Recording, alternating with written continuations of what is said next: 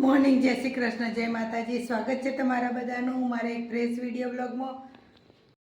આજની દિવસની શરૂઆત કરી દઈએ સવારે 10 વાગે. આશા રાખું કે તમે બધા હાજર થઈ જશો. હું પણ હાજર થઈ જઈશું. આજે છે તારીખ 7/8/2026 અને આજની દિવસની શરૂઆત 10 વાગે કરીએ છીએ. જો કામ તો કરવાનું ચાલુ જ છે એનો.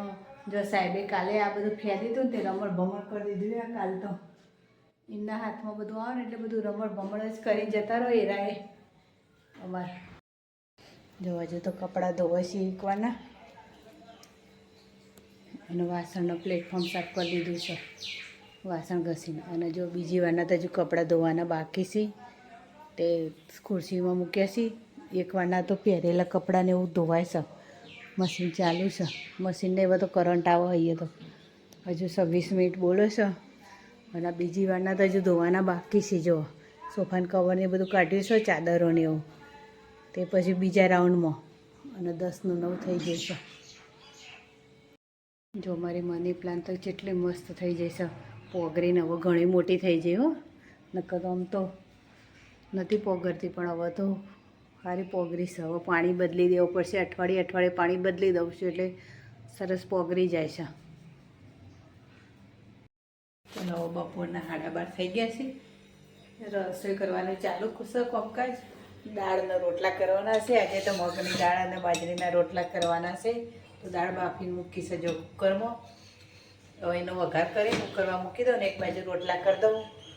કારણ કે દક્ષુને તો કહેતો હતો કે સાહેબને જ ખાવાનું છે, આજ ઘેર ખાવા આવવાના છે એટલે એક મગની દાળ અને બાજરીના રોટલા કરજે. એટલે આજ મગની દાળ અને બાજરીના રોટલા કરવાનો પ્રોગ્રામ છે.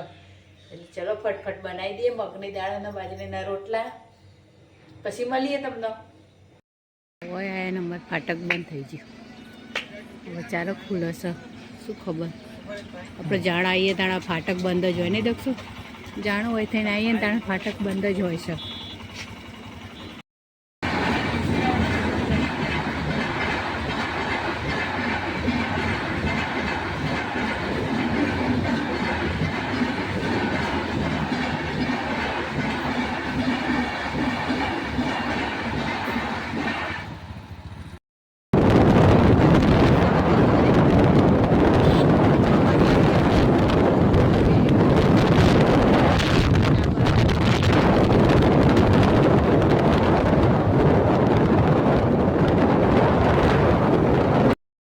ચડાવવા માટે પેડા લેવાના છે. શું કહે છો ભાઈ? Special Rajpur highway Kalapi special પેડા લેવા આવે. બોલ બાધા કરવાની પેડા લઈ લીધા 500 ગ્રામ.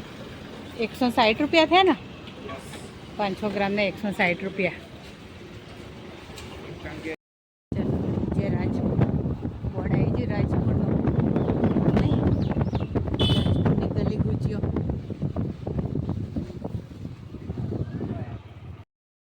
જે ગલીઓ એમાં રાજપુર બોમની જેણી ગાયોનો ત્રાસ હોય. બૈરાનું ફેવરેટ સ્થાન હો. ગમે તે વેચાવો એટલે બૈરો ભેગો થઈ જાય અહીંયા.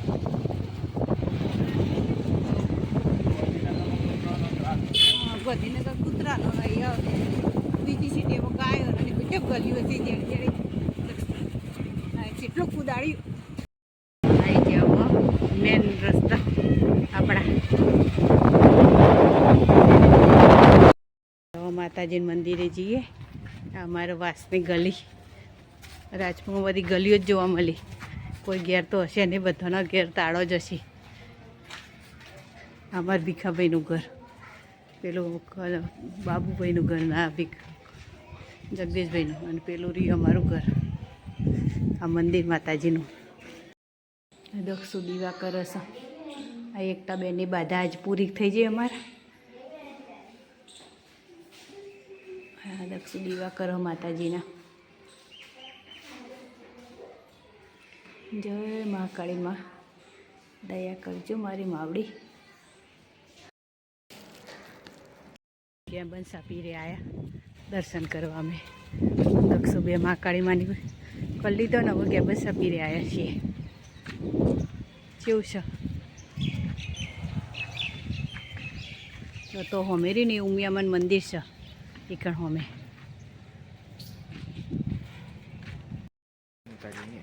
કેવું દક્ષુ મજા આવી દર્શન કરી દીધા કે બસ પેલા મેં દક્ષુ યસ આ એવું મંદિર જ્યાં મુસલમાનોએ મંદિર નહીં પણ દરગાહ કહો એવું હોય જ્યાં હિન્દુઓએ પૂજી મુસલમાનોએ બધા પૂજી અમારા ગામના રાજપુરમાં હા ગમે તે ગોઠ થયા ગમે તે થયું ને તો એ બાધા રાખી એટલે મટી જાય છે એટલે બધા આવીને પૂજા સેવા પૂજા કરી બધો એ આપણે તો હિન્દુઓ તો બધું સેવા પૂજા જ કહીએ ને એમને જે કહેતા આપણે બહુ ખબર નહીં હું દક્ષુબે દર્શન કરી અને હવે થોડી વાર તો આવીએ દર્શન કર્યા અને હવે થોડી વાર બેસીને પછી આગળ નીકળીએ હવે 2 જણા તો મહાકાળીમાં પેડાએ ચડાવી દીધા અમે બેને અમે રવિના ઘરે હવે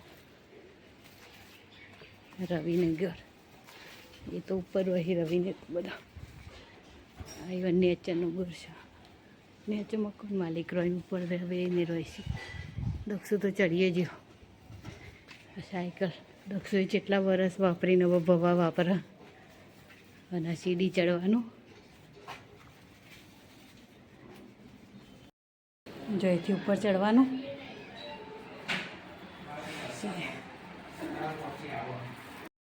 કલોલના બજારમાં ફરીએ છીએ અમે હોતનાના 4 વાગે આ અરબુદા સાડી ને એ બધું અને આ બાજુ ડેપોન એવું બધું છે દક્ષુભાઈ પટ્ટો લેવા જાય એના માટે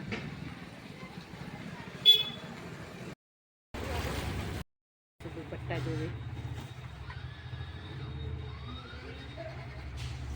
મંગળસૂત્ર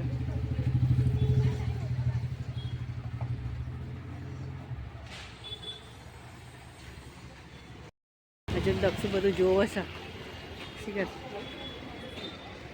મેરેજ બેલ્ટ એન્ડ ફેશન એમાં દક્ષુભાઈ જોવી છે બધું હજુ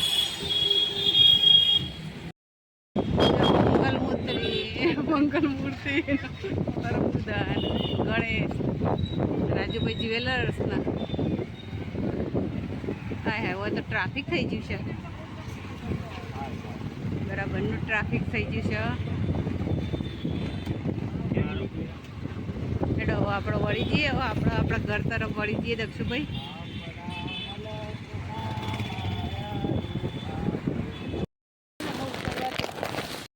જો એક્ટિવા પર બંધ દરવાજો ખોલતા નતા હવે ખોલ્યો